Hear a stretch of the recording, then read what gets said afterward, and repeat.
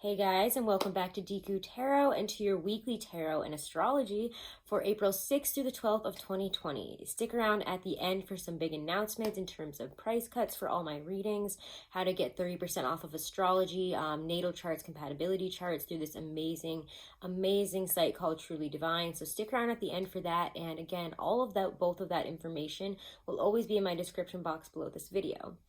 Do stick around also for a giveaway information at the end, as well as some other big announcements. So stick around, guys. We're going to go over the astrology first, and then we're going to get into your specific outlook for your sign for the week ahead, okay? So we got some big stuff this week, and if you guys haven't, do make sure to check out your monthlies. I've been finding that the weeklies are really lending to the monthlies that I did for April 2020. So do check those out. Those are all up. And do be sure to, especially to check out your weeklies for your rising sign first, then your sun and your moon. Rising sign does rule your whole chart, and I find that that really slaps for a good outlook, especially energy-wise and how things are coming across to you for your week and month ahead. So let's start off with April 6th, Monday here. We have the moon void. It's moving from Virgo into Libra. And this week, I do want to say just outright, it is Aries season in full swing. So here we have the moon kind of bringing in some harmony here. Well, actually, it will be in general in harmony with a lot of planets. So there's going to be a lot of natural expression with yourself and with others today. There's going to be a lot of taking account, into the opposite side as the moon moves into Libra. And you're going to be very focused on resolving issues diplomatically, fairly, bringing about balance, peace, and harmony. Tuesday, we have some big stuff going on. We have the full moon in Libra. And Libra is all, about relationships, about balance, about harmony. So it's bringing in a lot of clarity about relationships, a lot of harmony and connections. Okay, so any type of connections, again, that have been dancing around each other, weird situations even from last September, or even beyond that, especially with all the, eclipses, go back to those eclipses. If you've been dancing around a partnership, a person, a love situation since then, you're going to find that that could be coming up for that definitive moment, that big oomph moment here. So we might be reaching pinnacles within relationships in terms of seeing where they're headed, where they're going. Big moments could happen. Couples that are already together may start more enjoyable projects to work on together. And you need to start looking again at how do you feel when you're together versus apart. You don't want to be using relationships to define yourself or to avoid being alone. So let's see what else is going on here. Also, we have Mars and Aquarius on the same day here, squaring Uranus and Taurus. This is big news because this really only happens twice every other year. And Uranus and Taurus is big, and Mars and Aquarius is also big because they're both fixed signs and they're both very stubborn signs. People that say that Aquarians aren't stubborn, you're wrong. Aquarians might be, in my opinion, more stubborn than Taurus is, in my personal knowledge and experience with them as a Taurus, and having other people say that too. It's they're kind of secretly very stubborn. So there's a really stubborn and intense, very combustible squaring here. So it could be very disruptive. Tempers might even pop off here, and it's going to be happening because our ideologies and our egos are going to be clashing again with these two fixed signs. So it's going to force you to be like, it's time to stand up for what I want. It's time for me to stand up for ourselves, especially if you've been putting off with it, okay? Putting that off.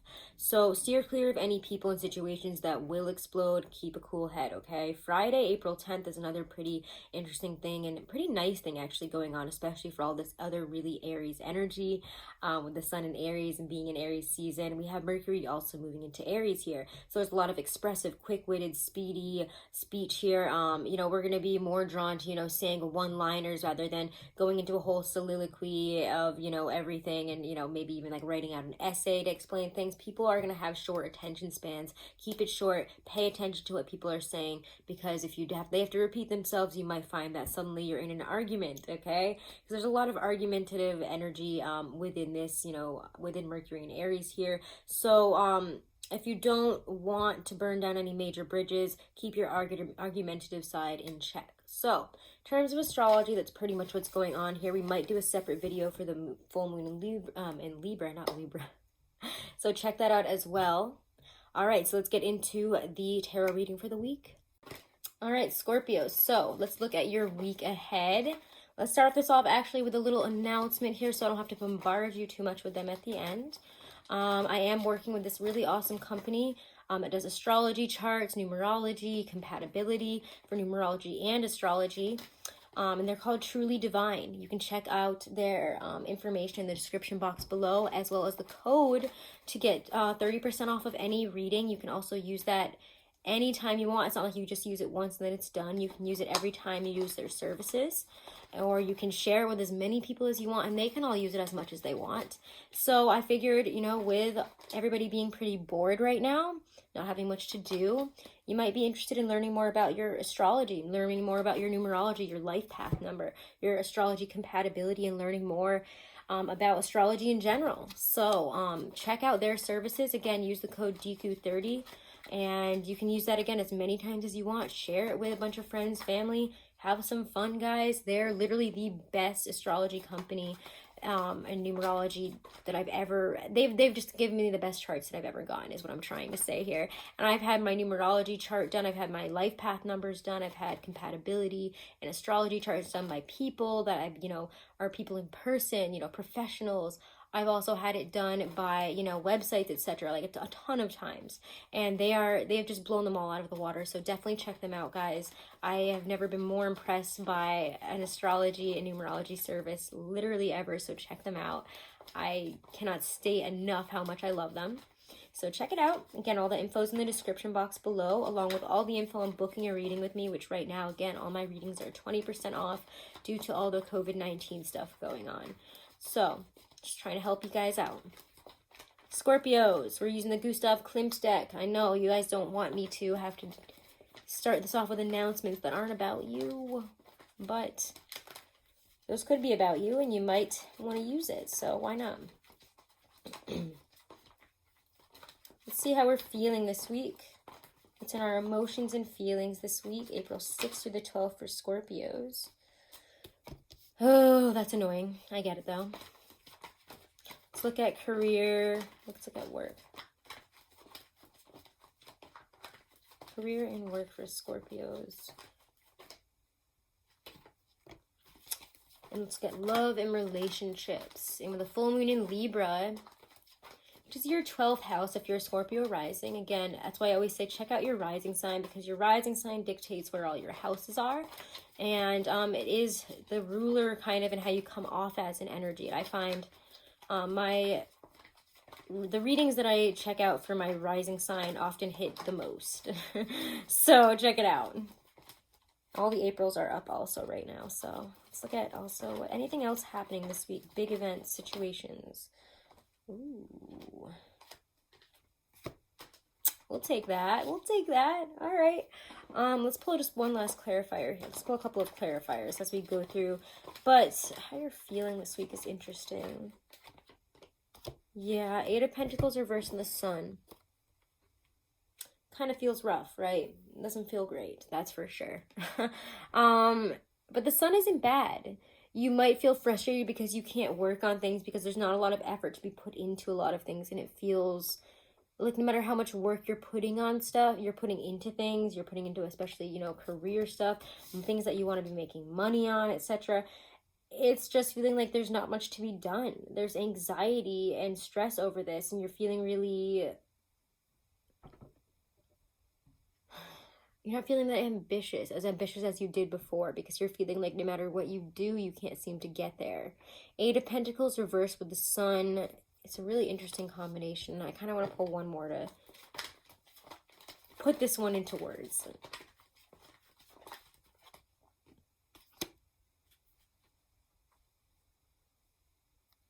We could be seeing, I don't know, it kind of feels like you guys aren't just happy with how you're working right now, and you really want to be loving, enjoying it, doing something different. The Sun might offer you something different, or at least it offers you the visual of knowing what is wrong here. Like realizing that maybe we've been lack of ambition. We haven't been going for the jobs, doing the things that we really want to do up until now. And for a lot of you, it also just feels like there's not much to be done about a work situation at this time. And we could be feeling, again, very lacking ambition. Like, you know, I really like, you guys are very driven when you work, and you have to have a lot of drive, passion, energy, almost fire into it. You guys are almost fiery in a lot of senses, and the way you are about work is very fiery, very much needing to take, you know, control, getting there, being the top dog of it. But there's not much to be done, and there's a lot of frustration with how you've been tackling it and how we can't seem to do much else to get to where we want to go right now.